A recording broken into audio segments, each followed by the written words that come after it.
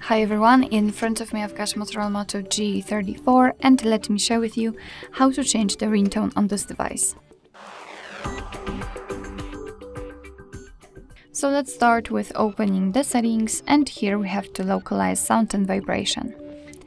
Now let's scroll down and localize the ringtone section. As you can see, we can change the ringtone for the SIM card and the eSIM card. So let me start with this one. For example, after tapping on it, we will have the list of available ringtones.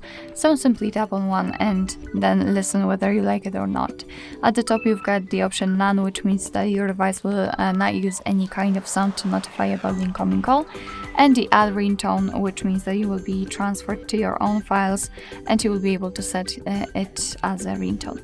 So if you decide that you like this one, for example the natural one, make sure that it is marked and tap on OK. And as you can see, it is immediately notified right here, which means that from now on your device will use the chosen ringtone to notify about the incoming call.